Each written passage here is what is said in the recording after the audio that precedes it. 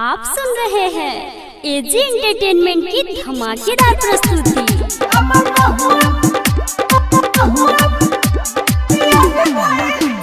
Music director DJ Kanchan Raj, Hajipur Vaishali. AG recording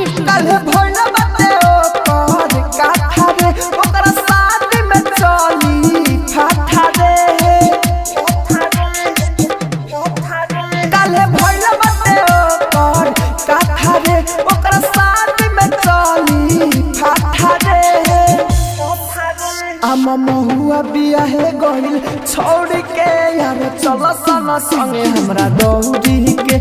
महुआ बिया है गइल छोड़ के यार चल सना संगे हमरा दौड़ी के।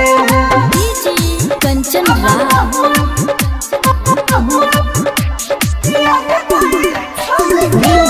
चौसीमा वैशाली।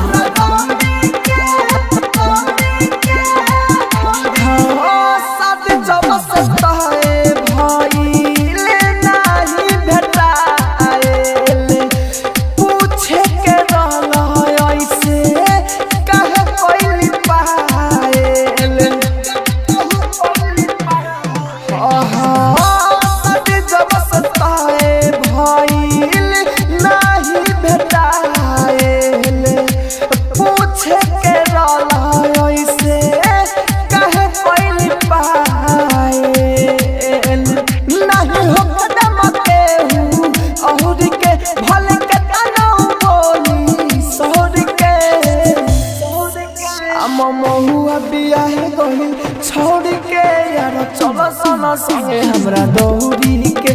महुआ बिया है गइल छोड़ के यार चल सना संगे हमरा दौड़ी के। DJ Kanchan Raj AG recording चौसीमा Vaishali.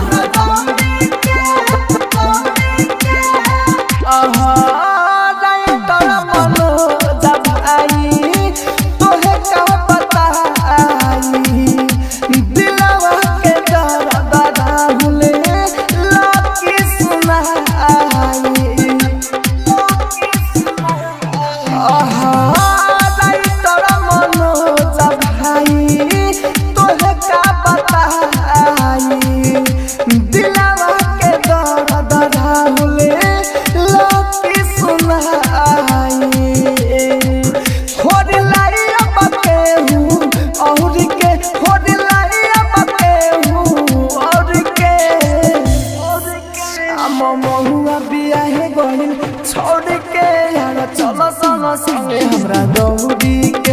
महुआ बिया है गइल छोड़ के यार चल सना संगे हमरा दौड़ी के। Mix by AG recording studio Roshanpur Sapaha.